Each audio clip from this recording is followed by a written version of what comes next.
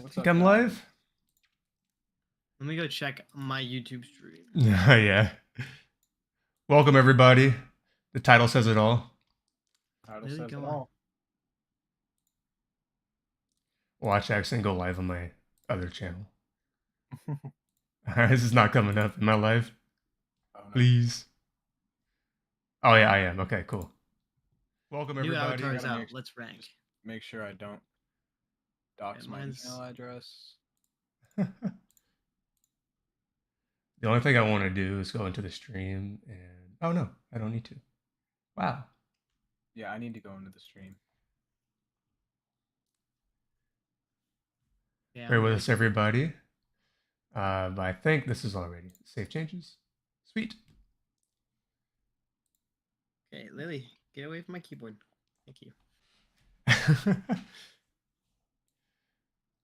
What's the category? I put film and animation. Oh, yeah. Okay, cool. I'll do that too. Okay, sweet. My shit should be all good to go. Yep, I think I'm good. Audio working. No face cam. I was too lazy to set it up. Yeah, no face cam here either, but I'm gonna start using a face cam. I gotta buy one. Yeah. You guys can finally see my expressions. I got these fucking ads on the side of my screen all over the place. Ads. Yeah. I need to. Oh yeah, using you're using ATLA. Chrome. Bro's over here using Chrome. Yeah, Yeah, bear we're with me, both guys. using. Yeah, we're both using Opera GX, which has the built-in ad blocker. No Sorry, ads. guys. Browsing the internet safely. All right, everybody. So this is Tier list a time. Avatar tier list. Gabe, do you want to explain the categories we're kind of looking at Yeah. with the actors Yeah, here? So we just get finished the into show a couple days ago. We're all pretty big fans of Oh the yeah. original cartoon. We all grew up with it, so we have a pretty Yes. deep connection there. And so yeah, the way we're gonna go about this is we're gonna have three categories that we're kind of gonna discuss on each character. One of them is the accuracy to the source material, in this case, the cartoon. Yep. The second one is going to be their acting skill, just Right. how we feel about them as an actor, how believable was their performance. And the third one is going to be their likability and just how well they did with their character, how if they made it their own or if they were just likable in the first place. Something watching them while they were on screen. I think I should bring up too. Like, we're not going to like. Well, I don't know, maybe we will, but like, we're not going to like fully be like, oh, they weren't exactly like this in the cartoon, so they're worse. We do understand that the live action needs to be slightly different and have its own twist. So, like, we're keeping that in mind as well. Yes. I expect alteration, of course. But who are we starting with? How do you zoom this in, bro? Oh, Control Plus. Or Control Scroll Wheel, actually, will do the trick. There we go. There's no more fucking ads all over my screen. Sorry about that, guys. Thank you. Okay, that's much better. So, I can kick this off, guys. Would you guys like to start with I've got all of mine. What? Who? Poku? Yeah. Poku? Poku, okay. Sure. Yeah, let's start with him. That's not a bad choice. How do you guys feel about Poku? So first, how do you guys feel about his accuracy to the source material? Here, and you go first.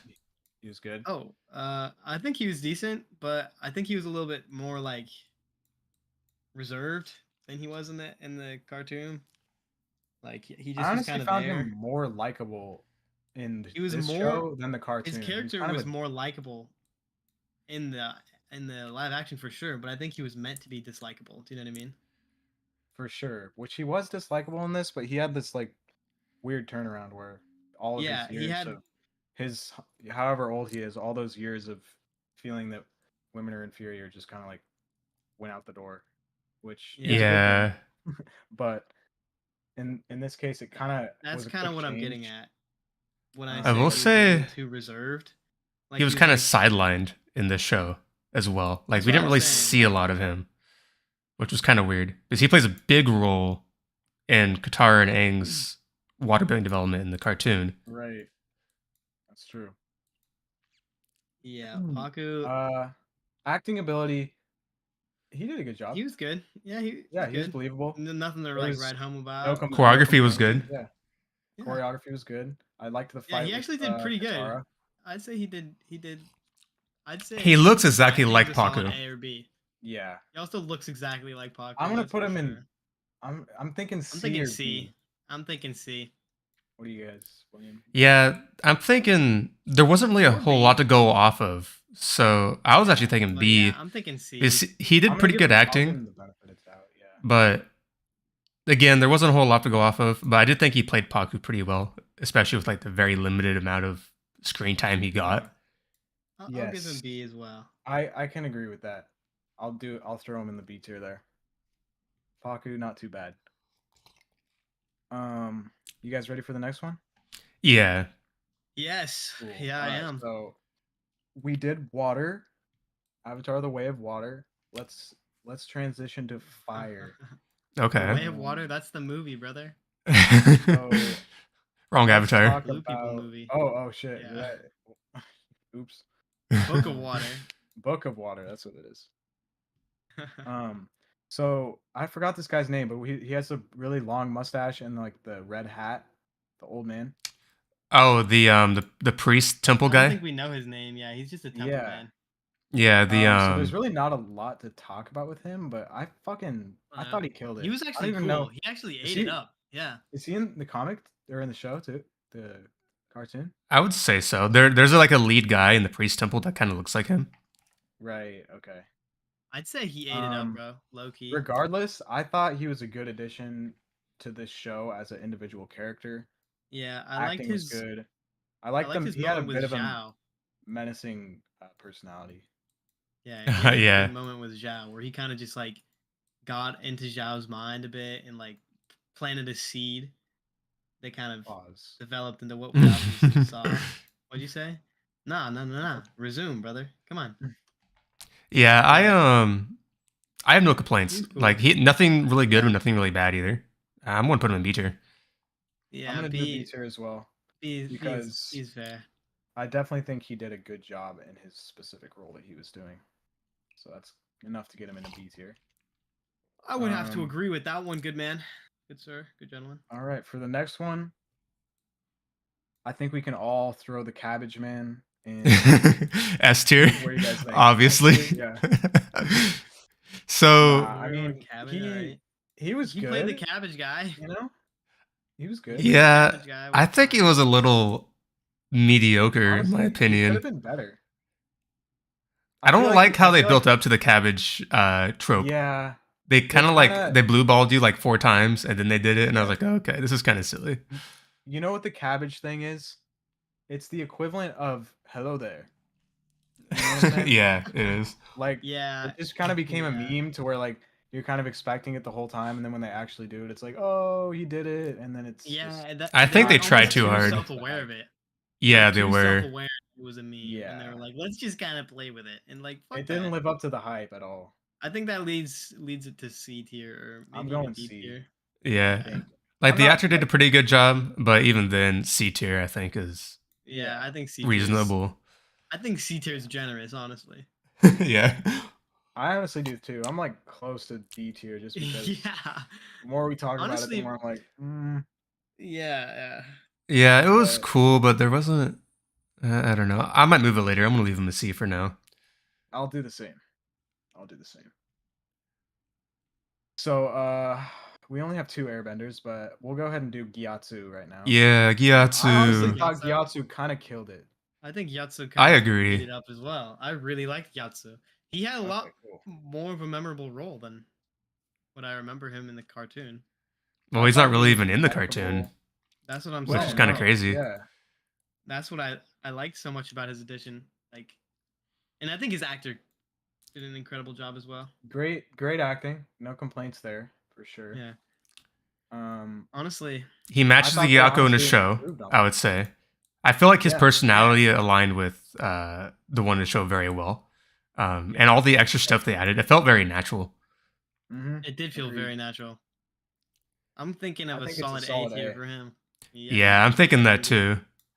I think they killed it. They really did. They did a great job with him.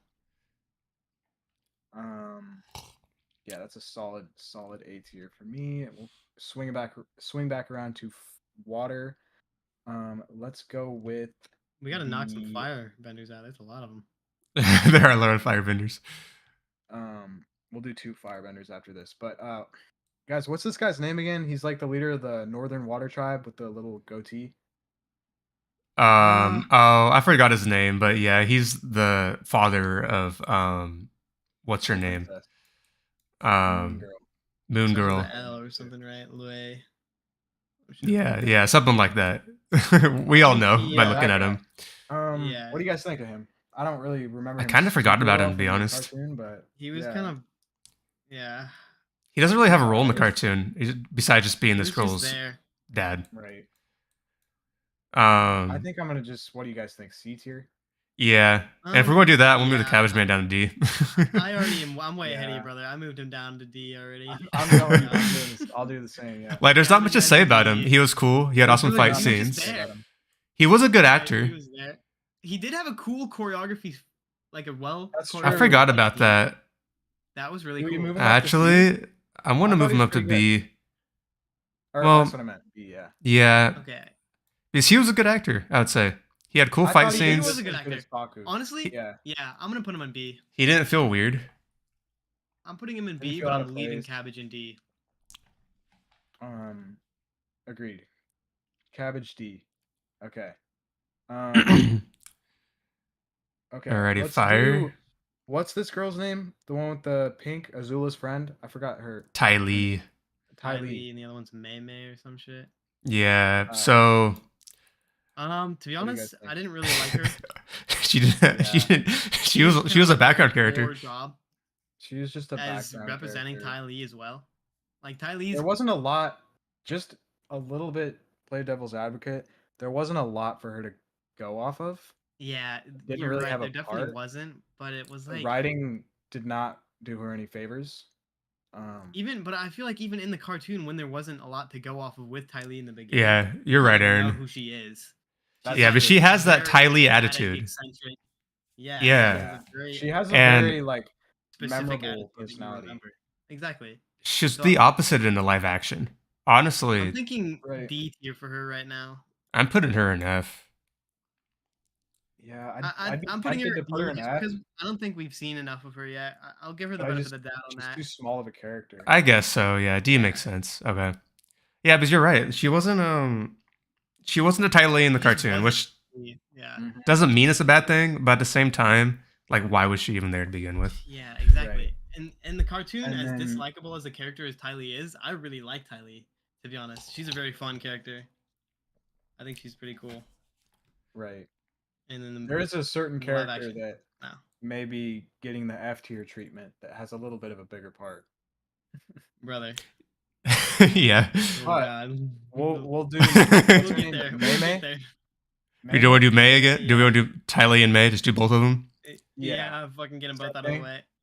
I think they're both D because they both like. I agree. Honestly, if you haven't seen the live or the cartoon, I feel like you would guess they might be sisters because they both acted very similar. Yeah. Yep. They didn't really have any explanation either. So if you haven't seen the cartoon, you're probably just like, who are these people? Why are they there? That's true. Though. I wouldn't have even known their name. They acted way too similarly to each other. I will say though, she was probably more accurate to her counterpart in the cartoon than Ty Lee. Yeah, so I want to put her ahead of Ty Lee, but still in D tier. Yeah, like, I'm gonna do the same. She's just gonna be, and then Cabbage Guy will be in between both of them. I'm like bordering F tier with Ty Lee, but I'm giving her the very strong benefit of the doubt. Yeah, we didn't really see enough. Later if we want. Yeah. Yeah. So we can go. Let's do the princess. Water. Okay, so she was interesting. I honestly, she was interesting. Okay, that's true. She was more independent and more like outgoing than she was in the cartoon, I would say. Right. And more confident. I agree. Which isn't a bad thing. I think that was kind of a cool character twist for her. I don't really have a lot to say other than just she was kind of cool, but she wasn't like. I found it weird that she was a waterbender. Yeah, that was a little odd. But I can't like D-rank it because of that. Right. I think I'm gonna throw her in B. Honestly, I was thinking C. I think she did pretty good. What do you guys think of her acting? I don't have any complaints about her acting. Yeah, I didn't mind it at all. Yeah, I'd put it on the same level as like Poku and her father. I think B or C is completely fair treatment. I'll do the same. What do you guys think? Either one. I'm gonna put her in B. I don't think she was worse than the other guys in B, but she definitely wasn't better. Agreed. No, she was there. You know, she had she played her lines well. She did her part. Yeah. Did her part. She didn't like shit the bed or anything. We aren't going to like complain about like how different they made her story in the show. Because that was kind of weird. If we were going to include that, I'd probably put her in C. I don't like how they changed her. Well. Yeah, we'll try and keep like the show and the writing out of it as much as we possibly can. Try to keep the writing out of it as much as possible. You're totally right there. Okay. Yeah. How about this, guys? Here's my hot take. Jet, S tier. I was gonna say A, but S tier is totally valid. He kind of killed it. He was very accurate for one. The acting, I really liked him. He looks a lot like Jet. I totally agree. He's a real hunk. Yeah, I guess if we're talking about just the acting, then you're probably right. Because I was something lower. I was going to put him in C. C. Okay. Give me your part. Let's hear it. But what are you thinking? I was taking the writing into account too. I don't like how fast. Like I felt like in 20 minutes it was like, oh, Jet's cool guy. 10 minutes later, Katara and him are like making out, and then 10 minutes later, they're like betraying each other, and Katara freezes him. Yeah, that's true. The pacing was horrific, but that's the story, not the actor. Yeah. So if we're going to talk about the actor, now that I think about it, he actually played a really good Jet. Yeah. Yeah. When you especially for like 20 minutes, he had like he had like no time to play Jet either. Yeah. So he did a really good job. Now that I think about it, so I'm gonna put him in A. His bravado and his sort of like his confidence, his look, obviously, everything that he did with the character and the time that he was given, I thought was done very well. You're right. I'm gonna put him in S. I agree. But yeah, you're right. Writing wise, they really shafted him. I thought that he could have done a lot more. I'm gonna put him in A actually.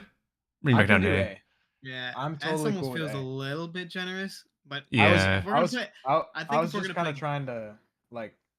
I was just testing you guys a little bit, you know.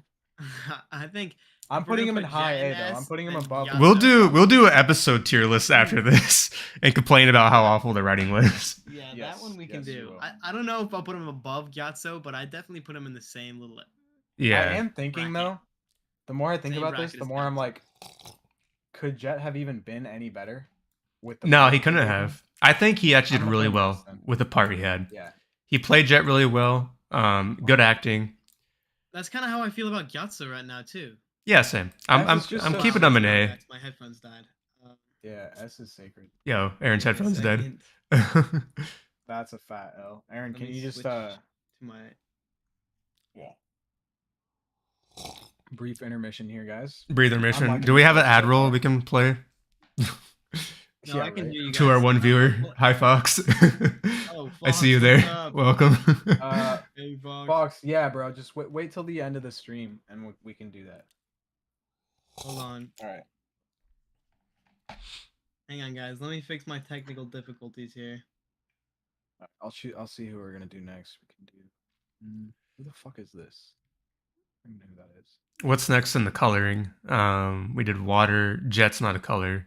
Fire. Guys, hang on. Earth. 2 fire. And then I did no color, so we'll do an earth next. Okay. Ooh, I got a good one.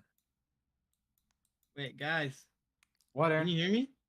Yes. Yeah, we can hear you. Give me a second. My headphones died, and you guys are now no longer able to be heard in my. Yeah, I know. No. Yeah, we're just figuring out who we want next. We have a lot of fire and earth. Yeah, we'll do earth. We'll do Bumi. Bumi, yeah, let's do Bumi. Bumi was interesting. Yeah. Oh man. Feel free to skip ahead, guys, till when we're ready for this. In the meantime, how you doing, Fox? I got it fixed, guys. Okay, cool. All right, Aaron. So we're doing Bumi next? We're gonna do Bumi. Okay. Does anyone have any glaring thoughts they want to get out right away? I don't like it. Really like that he was played by someone like a young actor. I don't think he really did a good job. I also don't like that they changed Bumi to be some like really negative creep. Yeah. Like Bumi was extremely pessimistic and angry with Aang. Where to be honest, in the cartoon, he was not. He was very much like trying to teach Aang and wanting to like just be playful with Aang more so than just be an asshole. You know what I mean? The thing is, he tried to do that in the show too, in the live action, but it felt very like forced, in my opinion. It felt very right at the very end. They tried too hard. They like tried to juggle like the playfulness and the meanness and the corruption at the same time, and it was kind of bad character writing, I feel like. And I don't think the actor did. Also, I mean, I don't. Go ahead. I gotta say, I think the character of Bumi, in general, doesn't really lend himself to live action. I feel like in order to get him right, they would have had to change something about him. Because something was just off. Something made me really uncomfortable when he was on screen. Yeah, I agree. Yeah. Very uncomfortable. I don't know if it was like the fact that he was a young actor and looking like an old dude, or the fact that he was just acting like a creep, or both. But I'm gonna put him in D. I think he got too much screen time too. I feel like a lot of the story was wasted on characters like Bumi. Yeah, but I'm low-key... he got way too much. Like, there was no reason really to put him that high. Plus, young Bumi had like no part, so you didn't get that relatability. You didn't really feel like he was actually friends with Aang. They didn't have any chemistry together. Bumi honestly just fucking freaked me out. I'm gonna have to agree with you, Gabe, and say F tier. Like, he was low-key pretty ass. D or F for sure. I'm putting him in F. I'm doing low D. Hang on. F? Yeah. Just like you were saying, like, he seemed off. I don't think he did a very good job playing Bumi. That combined with the fact that, I mean, I can't really blame the actor for this, but the fact that they took a young character and made him old. Like, for example, when he took off his shirt and like his face was super wrinkly and his skin was like all smooth. That was dumb. That was so dumb. Like, unrealistic. Yeah. Yeah, I might throw him. That whole episode was actually a fever dream, to be honest, because of Bumi. I agree. It was a terrible episode. Yeah, he's going straight to F tier. Fuck. Sorry, Bumi. Yeah, we'll do F. He had a big enough part to put him in F too. Yeah. I agree. Like, just last thing, I don't think the actor himself is bad, but I think he didn't do a great job with the character. Right, I agree. To put him in F tier. That's a big agreement. Yeah. Now, so after this, who's this guy with the white beard and the bun? That's not Roku. That's the Fire Lord Sozin. Oh, what the hell? Oh no, white beard with a bun. No, that's Oh yeah, that's Fire Lord Sozin. Okay. Yeah. What did he do? He was in the beginning. Roku. He and or what's his name? He and his name slipped my tongue. The Airbender, Aang's teacher. Gyatso. Gyatso. Him and Gyatso fight in the beginning. Remember? He laid waste to the entire the air temple. I think he did pretty well. I think he did really well. I think maybe. What do you guys think? B? I'm thinking B or A. I think he did a really good job. I really liked his character actually, and I was hoping to see more after that first episode, but clearly we weren't going to. But I think he did a really good job. So I'm thinking B, really high B or A. Yeah, I'm gonna give him B. My memory's a little fuzzy on him, but I have no complaints about him. Fuzzy to give him A. Okay. I don't want to put him on the same level of Gyatso and Jet, but I switched Jet to S. I got like, I have no complaints about him. He played Sozin. It was kind of cool seeing him in the beginning. That was kind of neat. We didn't see that in the cartoon. Really him fighting Gyatso was cool as well. Agreed. I don't really like his choreography. I think it was kind of mid. I don't know if that was his fault or the director's fault, but I didn't see like any martial arts in his choreography. He just kind of like hold up his hand like Iron Man and shoot fire. Right. Which I didn't like that because in my mind, bending is like a magic system you wield through martial arts, so you have to do the martial art to use it. Right. Granted, they did have to comment, but that's my only little complaint. I would have to agree with you there. Okay. So I'm putting him in B. I think he's a solid mid B. Mid to high B. I put him ahead of Poku, ahead of the father, ahead of the moon, and ahead of the other guy. Okay, so now I think, what do you guys? Should we do Roku? Avatar yeah, Roku. Roku. Roku was a weird. I liked his actor. I thought the actor was all right. They changed Roku's character. They inflated his character. Like he was way too like. He was a little, like. He had King Bumi vibes. Yeah. Like from the cartoon.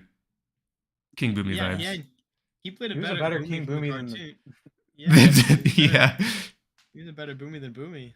You're right. I don't know. I'm thinking probably C. Maybe even D.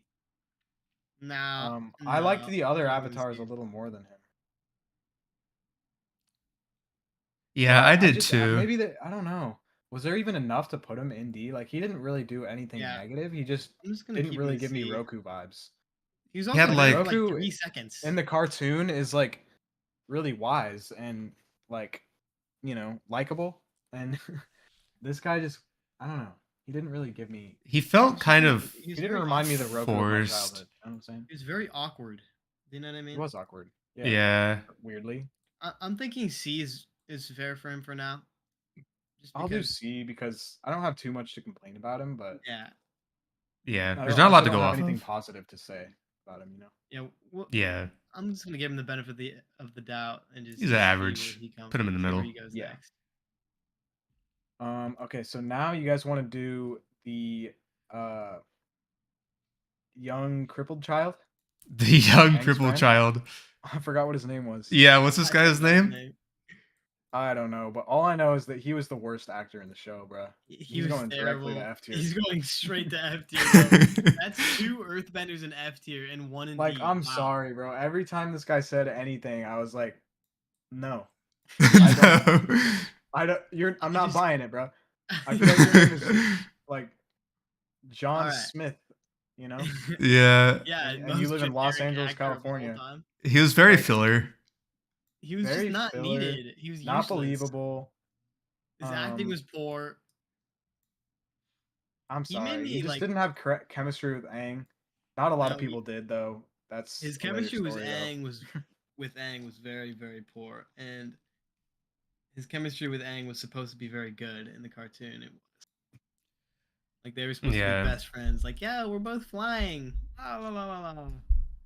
Yeah, that was really rushed though. Like I didn't have time to actually like for that to sink in. It was like 30 seconds of them flying together and all of a sudden they're friends. I'm like, oh. Also, okay. Here's another thing with this kid. This kid had like a big part in like 2 or 3 episodes. Like he had plenty of time to be like to like put his mark on the show. Yeah, but he was so mid. And trust me, and believe it, he did put his mark on the show. A bad mark. It makes me not want to watch those episodes again. Those were honestly those episodes are like the weakest ones. Like the second to third episode really sucked. Yeah. Episode 2 and 3. And part of it was Omashu episodes were just so trash. It was because the 2 people in F tier, Bumi and the kid. Yeah, they just did not deliver. They had too much of a role in the show for like how much friend time they had. Acting ability though, skid mark. I gotta agree. They're goddamn skid. I'm trying to come up with like an example because like it's kind of hard to explain, but yeah, it's like his acting wasn't very good. I didn't buy into his acting. Nah. So yeah, F tier with Bumi. So yeah, F tier with Bumi, and then next I think we're gonna do this Water Tribe lady. She got a big smile on her face. That's the healer teacher. The healer. F tier. I don't like her. What the hell? Pointless. She didn't do anything. I'm doing F tier. Oh yeah. That's what I'm saying. She was cringe. Yeah. She was cringe. F tier. That's it. Moving on. Yeah. There was no point in her existence, bro. Cringe. Period. I don't like how they freaking made her the person that was like telling Katara about the I'm changing F tier to cringe. To cringe. Yeah, so far they have been nothing but cringe. Yeah, you're right. I'm doing that too. Cringe is a good. Do you end with the E or is it just CRING? CRINGE. Okay. Just making sure. Kring. But like, yeah, I don't like how like she kind of replaced the role with Poku of telling Katara like she can't waterbend. She just did a lot worse. She was also in the end too, where I don't know. Yeah, it was cringe. I'm not going to explain myself. I explained myself enough. I mean. Yeah, we've explained ourselves enough. That's enough for us here. All right. Damn, there's some hard ones coming up that are gonna make me reconsider. I feel like I need to move Jet to S tier. Yeah, I had him in S, and then I moved him to A because you guys had him there. But I think he belongs in S. Like he's not a likable character, and he didn't have enough time to really put his mark on the show. But his acting was really good. He really did a great job. Yeah. But all of this being said, let's get rid of some of the other filler characters. Okay, yeah. Let's do. Yeah, let's do the Fire Nation guy with the sideburns. Yeah. Oh yeah. C tier. He was just there. I don't know. He had a little bit of a big part towards the end. Towards the end, you're right. I mean, the guy was just fucking wishy-washy though. That's what I'm saying. I'm either gonna put him in high C or B. I don't. He's kind of there. His character was all over the place, to be honest. He didn't have a mark of like character. Like he didn't. His character was all over the place. He was wishy-washy. I didn't know whether he was gonna side with Zhao or if he really cared about Zuko. And then all of a sudden, Iroh changed his mind just with his Iroh words, and all of a sudden he loves Zuko again. He's like, oh, Zuko, Zuko cares about us again. Oh that is a byproduct of bad writing, though, as well. It's bad. Not necessarily the actor's fault. That's true.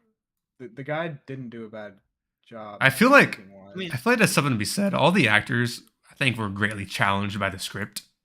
True. Like this is like I think it's like hardcore mode for acting. This whole script was. Yeah. So I don't know if I should hate on him too much.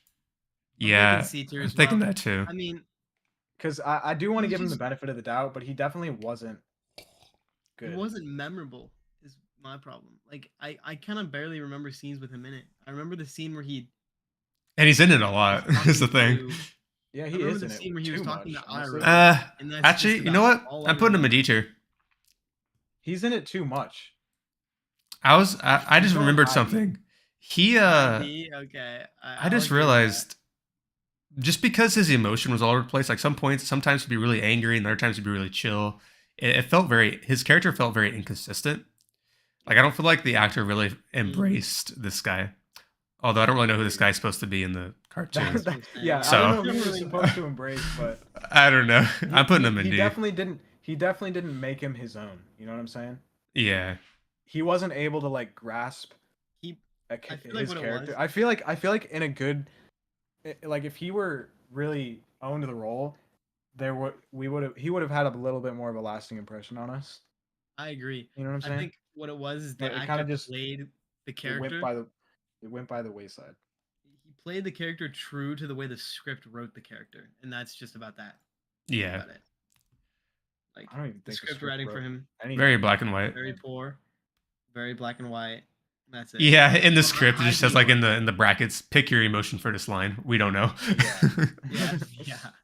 So yeah, I'd have to agree. High D works for sure. All right, now you guys want to do the Water Tribe Avatar? Forgot his name. Yeah. Starts with a K. What's his God, name? I've heard it like a million times. I always forget. Yeah. Avatar, the last waterbender Avatar. Yeah. I'd have nothing. Like he's a beautiful looking man. I want to say that. Yeah, very pretty. All the waterbenders have very dominant feel about him. I honestly liked him a little bit more than Roku. I think I'm doing mid to high B.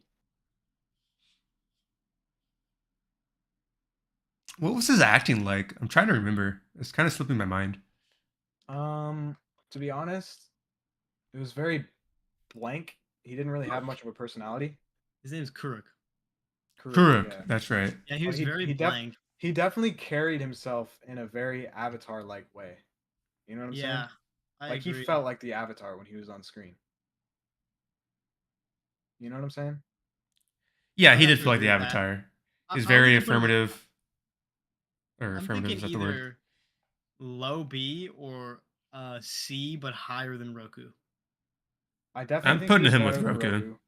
I agree. I think he was better than Roku as well. I don't know if they're...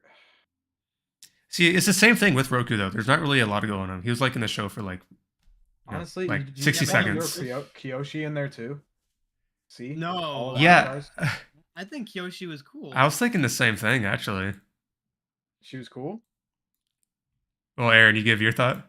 Because I think it's a little different than mine. I mean, I don't really have any complaints with Kyoshi. She took control over Aang's body. Like, that's about it. She was affirmative. She was rude, and she was kind of badass. Like, isn't that kind of Kyoshi's character?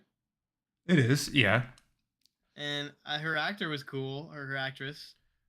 So I'm thinking like B tier or something like. I have a complaint though. I think it's kind of similar to some other characters in this show. Her role felt a little forced, and also to her like dominance, like how Kyoshi is, was basically being kind of mean and like very straightforward. I think was a little pushed a little too hard. Right. Like it almost felt a little fake to me, which is why I want to put her in C tier with the rest of the avatars. I'm gonna do the same. Yeah, I don't know. I think that complaint's valid, but I don't think it makes her the same level as Roku valid, because I think Roku and Kuruk was just there for like 5 scenes total. Roku was just boring. I'm putting them all in C tier in the order of Kyoshi, Kuruk, and Roku. They all have give and takes for me. I all thought that they could have been better, and they probably could have been worse too. So yeah. Again, they could have all been a lot worse, but I think all things considered, they did a decent job with Kyoshi. I also I didn't feel like her appearance or existence in the show was forced. You know, with the way that she showed up on Kyoshi Island, but I would agree with the fact that her personality was almost too much. Yeah, but I do think they did a decent job, and I'm gonna leave her in B. All right. Well, because Eddie sounds good. Eddie. Oh, something else to say, Aaron? I was just gonna say, if you took that away, her personality being too much, yo, my goat streamer. Oh, Eddie, I love you. And I'd put her in A, because I think she, like, if they just toned it back on her personality, she'd be A. Yeah. She was not in the show nearly enough to be an A. Well, I mean, she's not in the cartoon nearly enough, but people still, call her an ST character. I don't think she's an S tier character. I think my favorite old Avatar is Roku, but I also don't think he's S tier. Yeah, but he has a lot of screen time. Like, he has a whole episode. Yeah, he does, doesn't he? Yeah. That's why I'm hoping we get like a whole lot of screen time in the new or upcoming season in the live action. That'd be really cool to see. I hope so. Season 3, him and Ozai or Sozin have like a full episode for the backstory. Right, yeah. They're William and I friends, aren't they? Have got C tier. Aaron's got B tier. Wardo's the last airbender. We found him, guys. We found him. Eddie is the last airbender. Yo. All right. You guys wanna get the last 2 filler characters out of the way? Or no, there's a few left. Yeah, let's get the rest of the filler ones out of the way. Of filler characters. All right, here. I'm gonna lead this little speed run. All right. Let's do the ex-lover of the princess. I forgot what his fucking name was. Oh yeah. I'm putting high B, bro. Cringe. He killed it. He did kind of cringe, bro. But cringe. He was nice, right? He did all right. Actually, he did his thing. He was like he let Sokka take the wheel.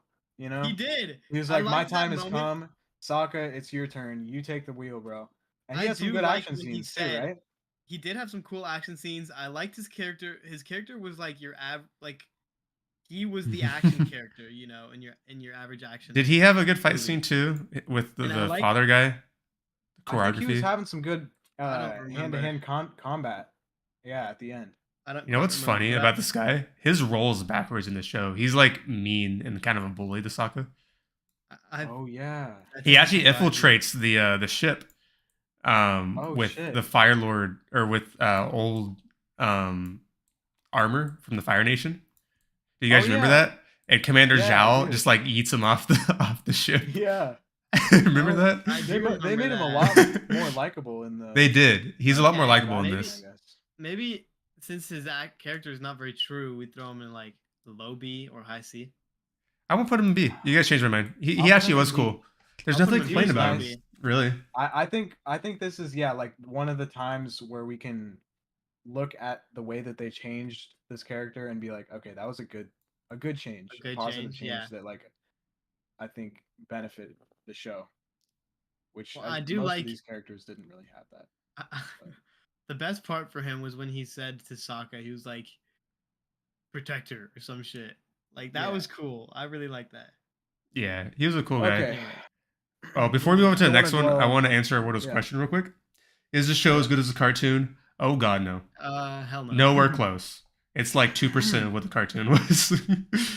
That's for a different video. I don't really have too much to add to that. That's true. I agree. Let's go with the crippled kid's father. Ah, yes. What's his name? I have no fucking clue, honestly. I mean, like I said before, not really. Bro was all over the place. I have no fucking clue what bro did at the end of the day. Yeah, he's a fever dream to me too. Bad or did he do something good? They were all a fever dream. Oh yeah, did he do something bad or good? Like, what was he even doing? Like, I don't know. They did a poor job explaining what his purpose was. That's true. I don't know if I should like blame it on the actor though, or like the writing. I can't. I know it's tough. I'm not gonna blame it on the actor. I'm definitely gonna blame it on. Did he play the character right?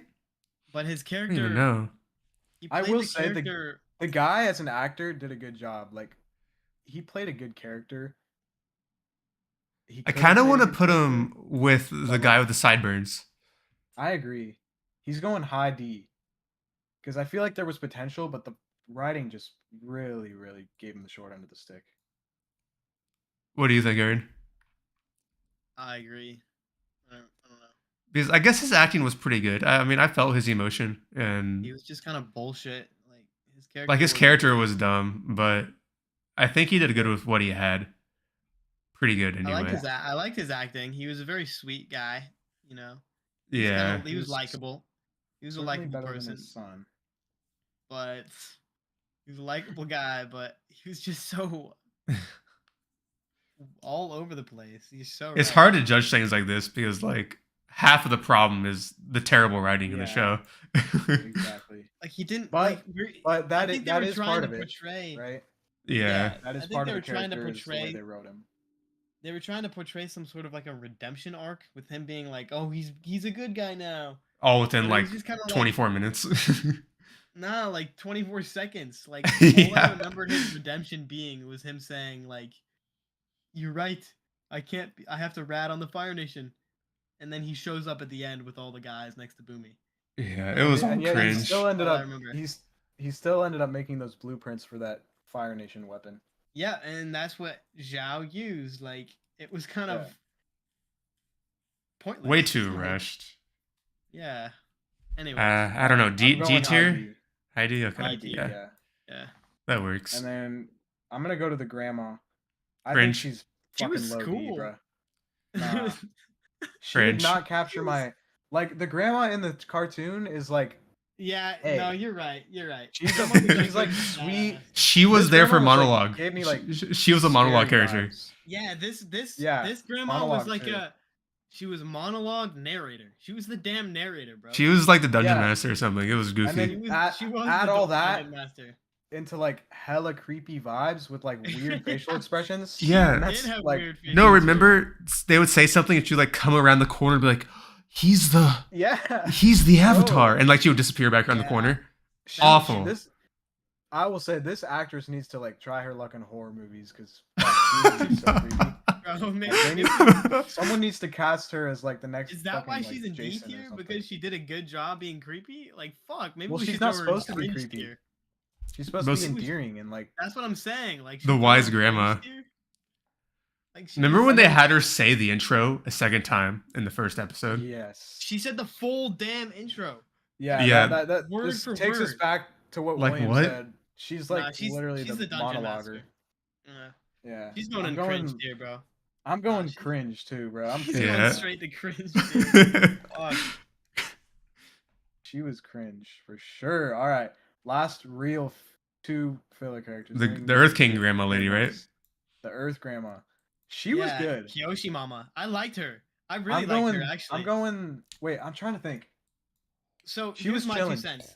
She approved of Sokka, right? And like yes. So that okay. I have like a whole thing to say about her, low-key, because at the beginning when she shows up in the show in Kyoshi Island, she's like very skeptical on whether to accept bringing Aang in, and then she's like, okay, we'll give him a chance.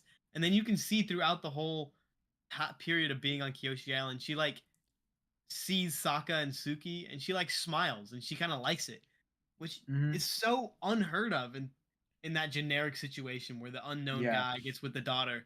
The mom was always like, but she was very approving and like kind, and I thought that was very cool. I don't know. Honestly, I thought that was really awesome. So I'm gonna. I was expecting her to be very unlikable.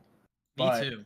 Like you said, she like accepted Sokka, and I was like, oh, I was under the impression that she was gonna be like a rude to Sokka, and she was just gonna be like unaccepting and like I don't approve type shit. But exactly. Nah. And she kicked ass at the end. So high B. Kicked ass. Are we going? Do we put her in B or A? I'm putting her in B. Yeah, there wasn't really enough to put high B. Yeah, I'll put her in high B, directly below Sozin. I think Sozin. Something to note too. I don't think she's not in the cartoon. She's a brand new character as well. Really? That's cool. Because the head of the Kyoshi Island is a dude in the cartoon. I don't remember that. That's cool. Okay, she was a great addition then in that case. And yeah, I have no complaints about her actor. She had cool character development for the time she did have, and I think she played her really well. I think that's she was also badass. It was kind of funny. Of like one of the only moments of good writing or decent writing in the show. Oh yeah, for real. She did a great job. Her and Gyatso, great writing for those 2 characters. Anyways, alrighty, who's next? This last bitch. The assassin lady. Yes. Oh wait, hold on. Before we do that, I want to answer another one of Widow's questions. Maybe you guys want to answer it. Is the show good at all? Recommend watching it? ? I do recommend watching it. Yeah, I recommend watching it to anybody who liked the cartoon for sure. It's definitely. It's not unwatchable. That I would want to check out if you watch the cartoon. I don't know. Some parts kind of unwatchable, to be honest. Some parts were cringe enough to be unwatchable, but the show overall was definitely not unwatchable. And I overall enjoyed it more than I didn't enjoy it. I personally, if you haven't seen the cartoon in a long time, I would watch that. Sure. I would agree with William. Definitely, if you need a refresher on the cartoon, watch that, and then because the live action's not. This is a very distilled, diluted, heavily diluted version of the cartoon. But it's not hearsay. Like it stands on its own feet. It does stand on its own feet. Like barely, but it does, in my opinion. I agree. It's not hearsay. It does its job. I agree. Anyways, this assassin woman. Assassin? Cringe. She was fine. She was like, I guess. She was just there. Like she was just there. She was there. She had attempts. You know what? D tier. Yeah. Oh god, I hated the Iroh flirting scenes. Those were horrific. Am I the only one that thinks that? It was just cringe. It was so like. She's I don't know. On cringe tier, and honestly, I want to put her on D. In the cartoon, she's not too different from her character in the cartoon, though. You're right. Yeah. The only thing that's different about her is she's attracted to Iroh instead of Iroh being attracted to her. Oh, is that what it's like? And I think that really ruined it. Some of her character because it was really out of character. It's like she's like this badass, doesn't put up with bullshit. Bounty hunter. Yeah. And then randomly our character goes, "Oh, you're such a cute little Iroh." Like it was really silly. Way out of character. Weird. I didn't like that, which makes me want to put her in like maybe like higher D tier, mid D tier. I'm gonna put her in like mid to low D tier. I'll probably put her above the Cabbage guy, and then Ty Lee is at the very bottom end of D tier. I'm gonna put her at the top of D tier because I didn't really mind her, but yeah, the Iroh thing was a little weird. I thought she did fine. She's maybe she's C tier. Maybe she's C tier. I can do C. I can do C tier, Loki. Because that was the only complaint, really, right? Yeah, it was. There was I do agree with what William said. Guys, Eddie says, I think I'll rewatch the cartoon and watch the live action afterwards. Yeah, good idea. Yeah. I agree with that. For sure. That's a great idea. So now we're in here. We're in it, and I think we should start with Zhao. Yeah, Zhao. Yeah, with Zhao. So, you guys mind if I... Yeah, you go ahead and start, Gabe. I know you got strong opinions, brother. Go ahead. So, I was cringing at this fucking guy the whole time. I kept trying to like him. I kept trying to be like, yeah, this is Zhao. He's fucking badass. He's smart. He's intimidating. He's none of these things. He's none of these things in the show. You're right. He's very unlikable. He's very cringe. He's very creepy. You want to think that he's cold, clean, and calculated, but he just comes off as like a loser. He is just a loser. A pushover. He is just a loser. He's a pushover. He is a baby. He literally is a crybaby at the end of the show. He just gives real crybaby vibes. He gets his ass whooped by Zuko. I don't know about you guys, but I'm thinking low D or cringe. Cringe. Here's another thing to take into account too. A big part, His acting was not good either. His acting wasn't great. Like there's so many scenes where like actor. Is he not? Like is he a known actor? No, he's a good actor, but he did do his job with this character. He picked a very weird persona for Zhao. He did that I did not like. He would talk really weird. He would like look in the camera and say stuff that just. I don't think he ever felt very monologued. Like. He wasn't a good villain. Stayed at a room level volume the whole damn show. Yeah, he was a terrible villain. Like I'm throwing him in low tier. Like, he's the pure opposite of the Zhao in the cartoon. Yes. Yeah. I think. So what are we thinking? Low D or cringe? Low D or cringe? I think low D because cringe is fucking bad. Yeah, here's the thing though, he is cringe. Every time I saw him, remember when we were watching it, I was always like complaining about this guy. He would say something, I know, and it would be goofy. It would sound goofy. I kept waiting for him to get intimidating and be like, "Oh shit, okay, Zhao's not fucking around." That never happened. So I can do cringe. I'm gonna do. He kept being this calm, cool, and collected version of Zhao that just doesn't work half the time. And he wasn't. Yeah. He wasn't even calm, cool, or collected too. Yeah. He was just dumb, and dumbass. That's what he was. Yeah. And I don't know if I don't know what they were trying to do with this character either, because like in the cartoon, he is a commander, becomes an admiral for his skill, which makes sense if you work in the military. And they were almost trying to make it seem like in the show, he was getting those ranks because of his relationship with Azula. Right. And because he literally said, Iroh, I don't have a lot of experience in battle, but they give him the rank admiral and have him lead an entire fleet to arguably the most hardest place to invade in the Last Airbender universe. It didn't make any sense. And that's like complaints in the writing, but it makes me think they were trying to make him kind of like more of a puppet for the Fire Lord than anything else. Right. Which I didn't like that. It was bad writing. It was bad writing because Zhao is supposed to be like a threat to Zuko and Iroh's existence in this universe. Oh, he's not at all in this one. Yeah. He's supposed to be a huge threat to their. Also, remember one of those scenes like when the Avatar escaped, when Zuko frees him, he like walks outside and he says the Avatar escaped. It was like really cringy. Like he like looked around all goofy and said, the Avatar escaped. Oh yeah, what was up with that? True. Okay, that was one of the most cringe parts in the show. Yeah, I 100% agree. I remember that shit. I vividly remember that, bro. He walked out like he just got like a cum shot. Woken up from a dream. No, he walked out like he just got something like had some of it in the back. Like he walked out and someone did it on his like back. Someone ripped a like, butt plug out of him all of a sudden. The Avatar has escaped. Oh, that shit was disgusting. Yeah, it was terrible. Speaking of bad villains and cringe. Okay, and, bro. Like, I think we're gonna turn it around and talk about the real commanding force in this show of villainy, and that's fucking S tier in my opinion. Ozai. Immediately. Yes, Ozai, Daddy Ozai, perfect Daddy Ozai casting. Real. Like, bro, this guy Daniel Day Kim is sex. This guy is he is all the things that Zhao is not. He's cool, commanding, intimidating, sexy, scary looking. He looks royal, pretty, very dominant, diamond shaped face. Like, it's exactly how Ozai is in the cartoon. Yeah, he's very accurate to the cartoon, great acting, and he has no chill, bro. He'll fuck up his kids. Is it Chad Ozai versus what's the opposite of Chad? What do they call it? Beta Zhao. Beta Zhao. What's Chad below Beta? Ozai and Beta Zhao. Dick. But yeah, Daddy Ozai. Trash. His actor was killer. For real. It was very weird. Daniel Day Kim is so cool.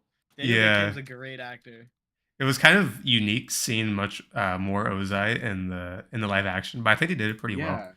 I thought it lent itself to the show. Yeah, he played him really well. He's son from Lost. I know. Yeah. Oh, is he? A lot of range in this. He's an actor, incredible. Bro. This is a good actor. Yeah, he's a great actor. But yeah, he's a more popular actor in the show. Yeah, he's probably the biggest actor in the show. They wrote him really well, and he played his part really well. I have no complaints for sure. So S tier. Agreed. I'm excited to see him in the future seasons. Do we want to do Azula next since we're on the? Or do we want to? Should we go for Azula now? Since we're kind of in like that royalty circle right now. I think we all have the same opinion on her, so immediately into the cringe tier. Yeah. She was terrible. She's going right to the bottom of cringe. So here's the thing: we have our basis for how we're ranking these characters. Acting, we have true to the character, and we have likability in the show, and those are all bad, and worse. Yeah. Also, she shouldn't be in this season. There's no reason for her. She just shouldn't be there. Yeah, they couldn't even tell the story from what was in season 1. It was way too compact and rushed. Putting her in there just made it even worse. Yeah, it was terrible. Really poor writing. She's the bottom cringe tier. Also, too, like directly above her is the wheelchair. What were they trying to do with her? Like, Azula in this show is like super cold and calculated. She's a prodigy. Yes. She's intelligent. Yes. She's really good at what she does. Funny, and she makes jokes. Very athletic. She's not a stone cold cringe unhappy bitch. She's like stuck up and like jealous of Zuko, and I don't get it. Why?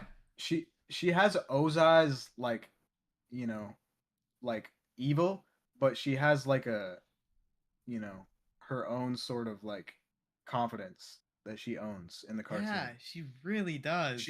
But she doesn't have either of these. She's just unlikable. Plus, I know this isn't really her fault, but they wrote her character in just a horrible way into the show. God. Which I understand they're trying to set her up for future seasons, but like Azula can set herself up, bro. Yeah. Like, they didn't have enough time to have her in season 1. Agreed. Think of this. There were moments too where I was like, are they gonna try to set up like a redemption Azula arc? And there should never be a moment where you think that about this character. I hated her attitude. The slightest. Fucking hated her. I don't. Also, too, her choreography was terrible. She was not very. She doesn't seem very coordinated at all. Remember when she almost like looked like she fell over when she tried to do the lightning bending? Doing the lightning thing? Yeah. She almost like stumbled forward. That was weird. Oh, yeah. Was so fucking funny. Top 5 moments of the show right there. Yeah. Top 5. Like, what was that? That was like the Zhao scream. Yeah. Yeah. Worse than the Zhao scream, bro. Yeah. Fuck. Zhao was almost better than she was, to be honest. Let's move on. Let's go to the Earthbender girl. What's her name again? Suki is awesome. I say A or S for her. Honestly, I'm going S. Like, there's no complaints for this character. I just have no complaints for her. Like, I know she was a very smaller character in this show, but compared to the cartoon, I think they did a great job. I can do S. I don't have any complaints. Because I don't have anything. William? She's much Jet, in my opinion. Yeah, I think she played Zuki really well too. I agree, Gabe. Although I don't think they did it like if we're talking like character wise, like the actor for Jet played Jet really well. I don't think she played Zuki as well as Jet, or like like the actor didn't play Zuki like perfectly. But that said, she doesn't need to. I do think the way she was introduced was a little subpar. I'm trying to think of an example. Like she does a lot of standing around and staring. And her character kind of unfolds toward the end, I guess. But I kind of want to put her like at the top of my B tier list. That's fair. Okay. I get that. I'm trying to think of more examples. The reason I think I'm going to put her in A or S, probably A. A seems a bit more realistic. Her chemistry with Sokka really won me over. That was like okay, you're right. They did have good chemistry. Like I think that was once these two got on screen together, there was definitely something going on where it was kind of mesmerizing. I want to see more of this. It was, yeah. Like they bounce off each other very well. I'm gonna add on to that, Gabe. Sokka's innocent, like sort of, personality where he wants to please everybody, paired perfectly with her like stronger demeanor.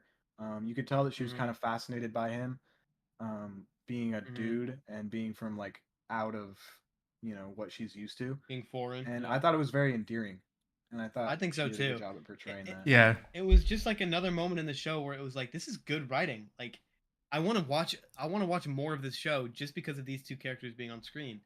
Like it was very, very fun to watch them together. So yeah, I think you guys are actually right. I wasn't thinking about the chemistry. So I kind of forgot about that because I was thinking about the very beginning of her character. Right. And it was a little mid to me, but I didn't think about the chemistry between her and Sokka. I totally forgot about those scenes actually, to be honest. And I think the chemistry was actually great. I think you guys are actually right. I'm going to move her to the bottom of my A tier list just because I kind of forgot about those aspects of her. See, I would be, Aaron, I understand what you're saying with the S tier thing, but I think her character relies a little too heavily on Sokka's character to justify putting her in S tier, but in future seasons, I can totally see her getting up there. She has the capability of doing that. Yeah, sure. I moved her down to A tier. I agree. Right. I agree for sure. But does that move us perfectly into?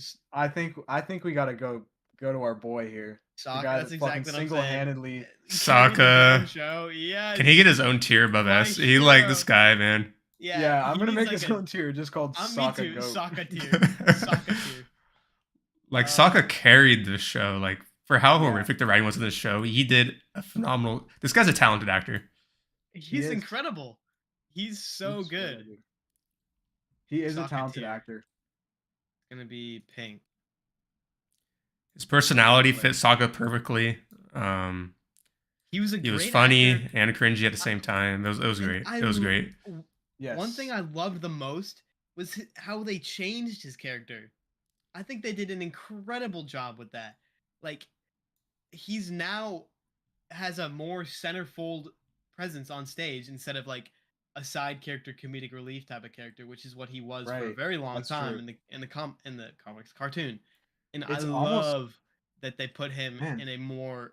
You're right. They almost handled him better than the cartoon because he doesn't really get a lot of development until season 3. That's what I'm saying, dude. Yep. I loved it. And as season 1, if you compare them, both of their characters in season 1, I think this Sokka is a stronger character. He's just superior. He's superior. And as someone who was like, Sokka was my favorite character as a kid next to Zuko, I love it. I love it so much. It's cool. Yeah. Like, makes me really like this character again. It takes the things from the cartoon that Sokka has and it makes it turns it into something really like worth watching, and it takes development.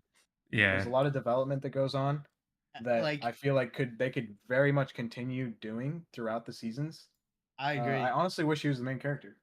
Me too. Yeah. I was just gonna say, every time Sokka's on screen, it makes me like want to watch the show. Like it makes me more engaged. He'd play a good Aang, bro.